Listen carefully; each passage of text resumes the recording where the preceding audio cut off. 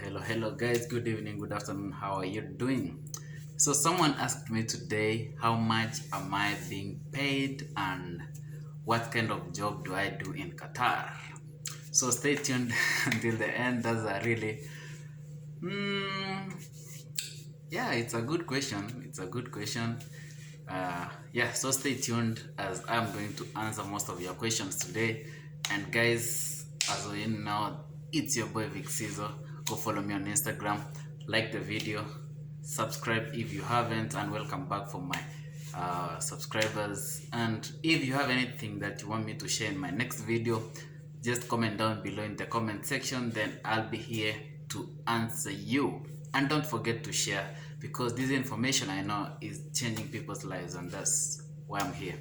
So number one question is, this guy is a runaway, like someone who has come to Qatar to his sponsor, then because of one or two reasons he escaped from his sponsor. We call them Kemboi.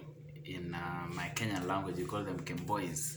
So that's someone who ran away from the sponsor. Unfortunately, the sponsor still has his passport. It's over 8 months now, and even his Qatar ID is already expired. This is a guy from India, and he wants to go back to India. So his question was, what should I do?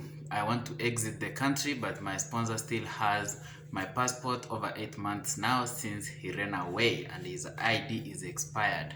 So my friend, the first thing, you need your passport for you to travel.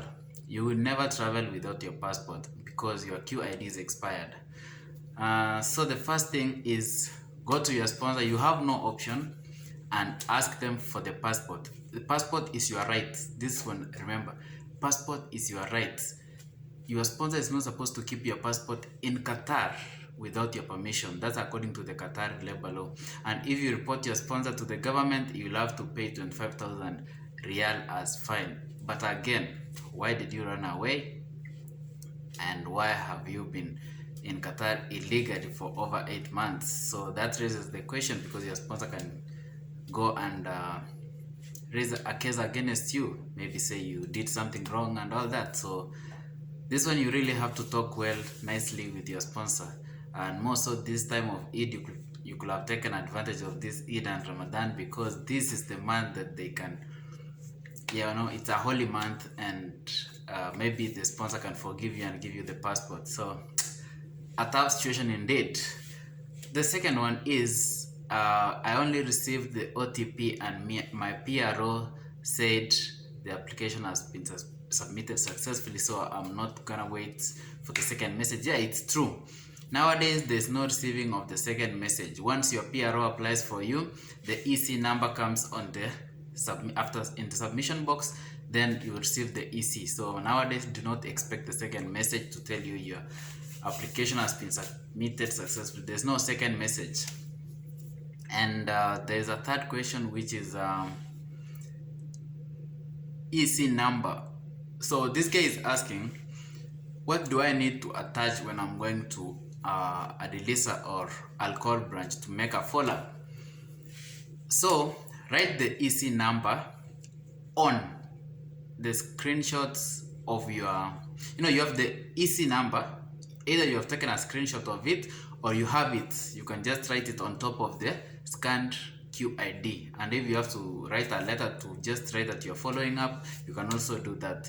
So once you are submitting at the security, just tell them you are doing a follow-up, because it has taken a long time and you've been waiting for approval all this time. Next person here is asking, I have an existing contract and I want to come to Qatar because I got a new visa. So this guy is Indian. He got a new job offer in Qatar, but the visa processing has been difficult because his former employer did not cancel the contract. Like, his visa is still online and his contract has not been cancelled by the former employer. What should he do? This is my advice to you, but disclaimer, I'm not a criminal, I'm a good guy. So my advice to you, I hope it works for you too, just change your passport. That's all. Change your passport so that when they will be applying for a visa, it will be coming with a new passport number. So because the visa that is existing in the system, it's with your current passport. So just get a new passport to be having a new passport number. Yeah, to do's. Okay, then there is number 5 is asking, um, is it possible for me to cancel my application before it's approved, since I applied, it has been so long and I want to continue with my current company since the approval is not coming? How do I go about it? You can decide and do nothing, because if you do nothing, still your sponsorship remains with your current employer. Or if you want to insist, you can go and cancel on Adlisa. You need to make a follow-up with a cancellation request letter, then they will cancel for you. But though there's no big deal, you can just leave it, because it's not gonna change to a new sponsor if you don't complete the whole process. So your sponsor will still be your sponsor, so you really don't have to do anything. And then there's another guy asking also, he applied before it to another company, but now he has lost interest on that company and he wants to cancel and apply with a different company. Is that possible? Yes, but the whole process, man, trust me, it's hectic. It's really hectic. But if you go to Adlisa Alcor branch after this Eid holiday, go there and tell them you just want to cancel the application. Canceling takes just 3 to 4 hours as long as you go to Alcor branch. And as I told you guys, the best way to go to Alcor branch right now is take a metro bus to Lusail station. From Lusail station, take an Uber. It will be 40 Riyal, and if you are more than one person, you can share the price, which will make it even more cheaper, 20 Riyal or 15 Riyal, depending on how many you are.